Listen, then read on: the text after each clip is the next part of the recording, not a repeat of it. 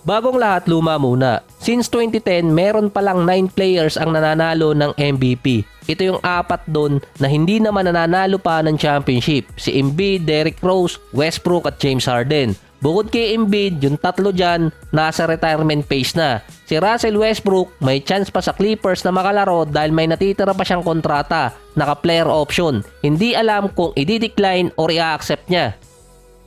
Si James Harden, papasok ng next season, magiging 35 years old na. Si Russell Westbrook, magiging 36. Si LeBron, nakakuha ng championship sa edad na 27 years old. Si Kevin Durant, nasa 28 years old, 3 taon after niyang manalo ng MVP. Si Steph at Giannis, nanalo ng kanilang championship ng 26 years old.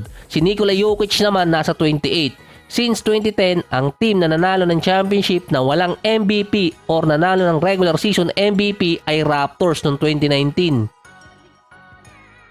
Si Kawhi nasa 27 years old noong mga panahon na yon. Sa 2024 season, may mananalo na team na walang MVP sa kanilang lineup.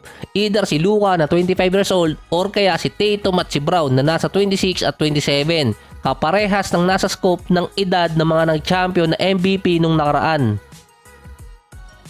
Si James Harden, free agent na ngayon. Since 2012, nagpalit ng role si Harden at si Westbrook. Si James Harden, nung nasa OKC pa siya, 6-man kina Westbrook at Kevin Durant. Nanalo pa siya noon ng award. Nakapasok pa ng finals. Sa 2024 naman, si Westbrook ang naging 6-man, si Harden, PG at Kawhi ang nasa starting role. Si Russell Westbrook, hindi malinaw kung naghahabol ba siya ng championship or hindi. Dati kasi sinabi niya kung manalo siya ng championship, okay. Kung hindi naman, okay pa rin. Lives must go on. Nung nakasama niya si Harden sa Clippers, doon naman niya nabanggit na ready na siyang maghabol ng championship. Mukhang late na ata para sa kanya. Kahit yung kay James Harden, hindi mo rin magets kung ano ba talagang habol niya. Nang 2020, nag-request siya ng trade paalis ng Houston. Kahit inoperan pa siya ng Rockets ng $103 million na contract extension na magkakaroon siya na dagdag na $50 million per year dahil meron pang existing contract nun si Harden. Nag-request siya ng trade doon dahil sa possibility na makasama niya si KD at si Kyrie sa Brooklyn. Alam nyo naman ang nangyari doon, hindi maganda ang kinalabasan ng season ni Harden. Nang 2022, hindi publicly nag-request ng trade si Harden paalis ng Nets. Kahit noon, ino-offera na siya ng Brooklyn ng max contract. Kasunod yon ng pagpirma ni Kevin Durant.